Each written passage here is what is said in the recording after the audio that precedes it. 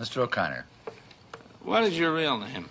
Malcolm X. Is that your legal name? As far as I'm concerned, it's my legal name. Have you been to court to establish that I didn't have to go to court to be called Murphy or Jones or Smith. Excuse me for answering you this way. That's all right. If a Chinese person were to say his name was Patrick Murphy, you would look at him like he's insane, because Murphy is an Irish name, a European name, or the name that has a Caucasian or white background. And a yellow person, Chinese is a yellow man, and he has nothing to do or no connection whatsoever with the name Murphy.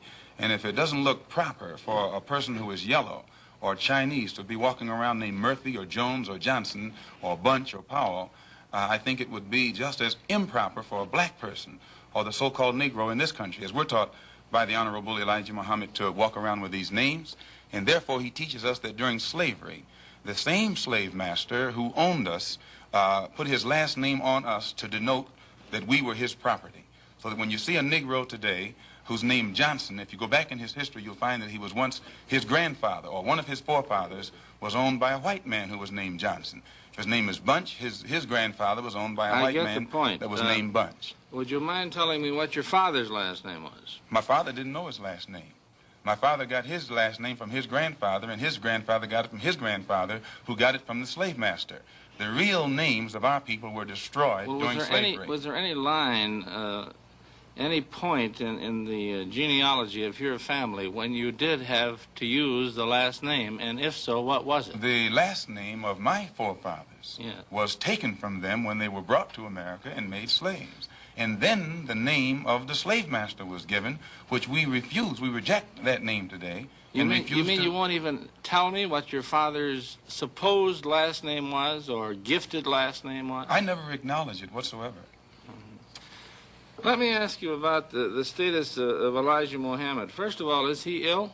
I spoke to him today. He is in better health than he has been. He's suffering from asthmatic bronchitis. Is that why he didn't attend your rally on last Tuesday? Yeah, the only reason that he didn't attend was his ill condition, and the weather here, especially on that particular day, was of such nature that it would have been almost insane for him to come.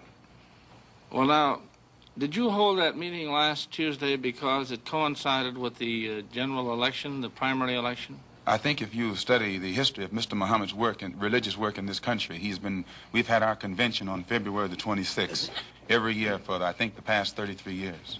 Well, now, while you don't care to discuss your former name or the name that the slave master gave to your antecedents, it is a matter of record that Muhammad's last name was Poole, Elijah Poole. No, that's the name that his slave master gave to his grandfather or great-grandfather, but that's not his name. Well, his mother and father thought when they called him Elijah Poole that was his name. They didn't know any better. Well, if they didn't know any better or not, they thought that was his name. Yes, sir, but, sir... But what I'm trying to find out is when did he cease to be Elijah Poole and get to be Elijah Muhammad? In 1931, I think it was, in Detroit, he was taught the true history of our people and made aware at that time that he was wearing an English name, and by not being an Englishman, he looked out of place. And his teacher gave him the name that he's wearing today, Muhammad, Elijah Muhammad. All right, now when did he become what he purports to be in your literature, the son of Allah?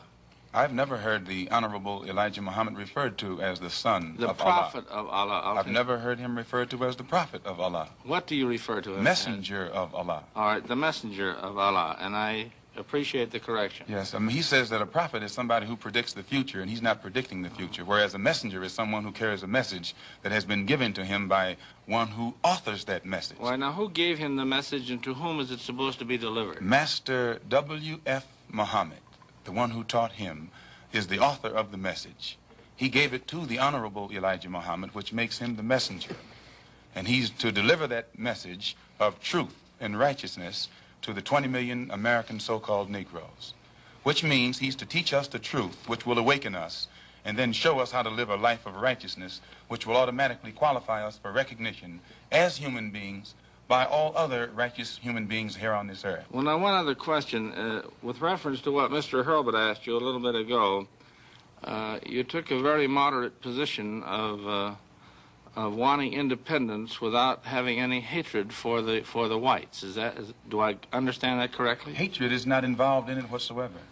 Well, I recall in a recent plane crash, I mean 2 or 3 years ago, or less than that, a charter flight on Air France in which a group of people from Atlanta, Georgia, were, as they say in the business, as they took off from Orly Field. And you were quoted at that time as expressing great gratification that this tragedy had occurred. Do you recall that? I recall it. What did you say? Do you remember? The press misinterpreted it and misrepresented it. What did you say? They said that it was made at a Muslim meeting. It wasn't. It was made at a rally of Negroes, Baptist, Methodist, Catholic, and otherwise in Los Angeles, who were rallying to protest the brutal shooting of 7 unarmed Negroes and what did you by say? heavily armed white policemen in the city of Los Angeles. And because we are a people who have been taught by the Honorable Elijah Muhammad to never carry weapons of any kind, but to get on God's side and rely on God to fight our battles for us, at the time that these brothers were shot down so brutally, I pointed out at the funeral of the brother who died that God would step in and take a hand in giving us some form of justice for the brutal killing of our brother. And when the plane crashed in France, I pointed out to the crowd at this rally that this was an act of God showing his wrath or complete resentment over the brutal form of injustice that had been inflicted upon our poor unarmed brothers. Were you saying that, or do you believe that? At that time, Dr. Billy Graham was in a crusade in Chicago, and the press, your papers here in this city, quoted Billy Graham of also saying that plane crash was an act of God.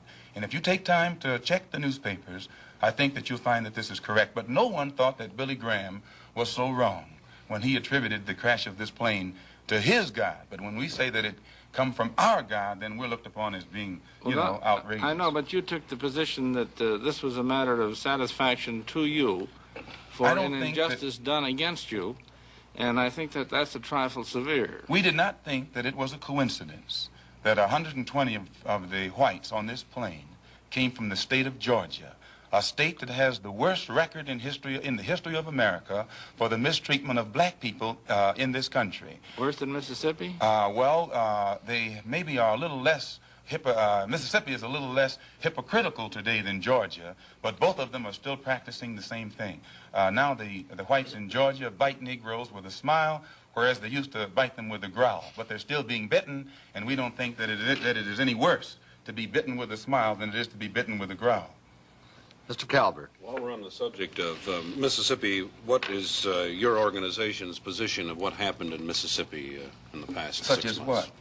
Such as the James Meredith incident and the enrollment of him in the university. Well, the Honorable Elijah Muhammad wants justice for every one of the 20 million so-called Negroes. And to just take one Negro and stick him in college with the aid of 15,000 troops and at a cost of $6,000 is a disgrace. It's a waste of taxpayers' money.